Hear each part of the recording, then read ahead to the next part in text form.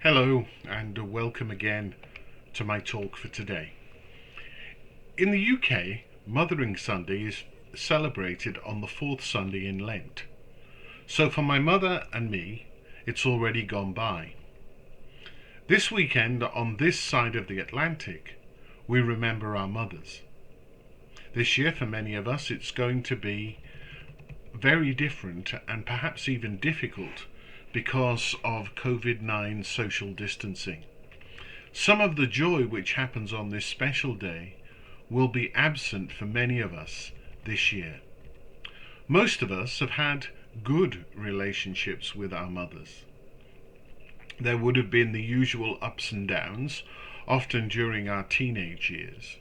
These events were usually short-lived, and eventually things settled back into place. If you're anything like me, you have come to value the things that you learned from your mother and the unconditional love you have received.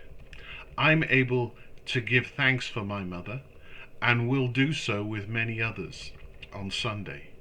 For some, however, the relationship with their mother has not been as good over the years, and it's difficult for them to celebrate this weekend.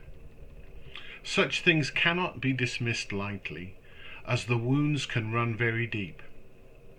I suggest that if we know people who are in this position, we hold them up in prayer over the next few days.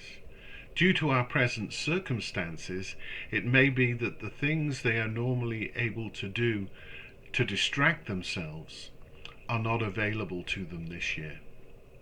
There are also those who have lost their mothers, perhaps due to death or maybe due to illness.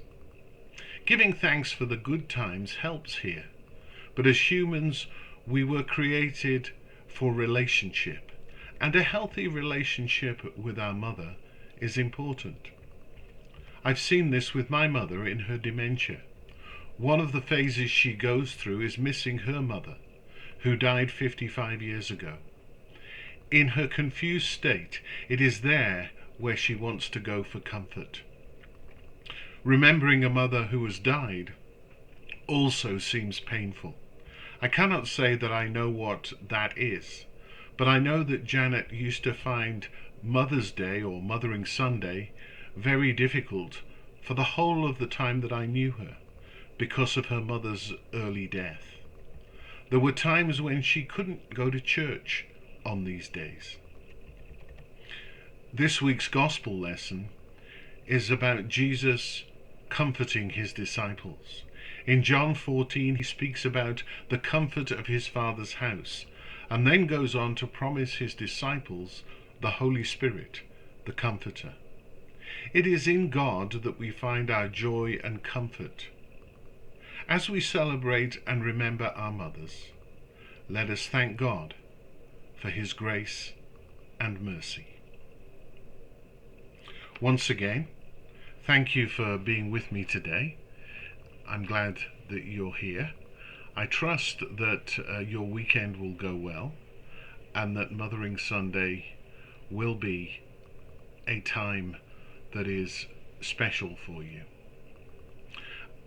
Remember please that we have a litany tonight, and also there will be a service from the cathedral on Sunday morning. So God bless and stay safe.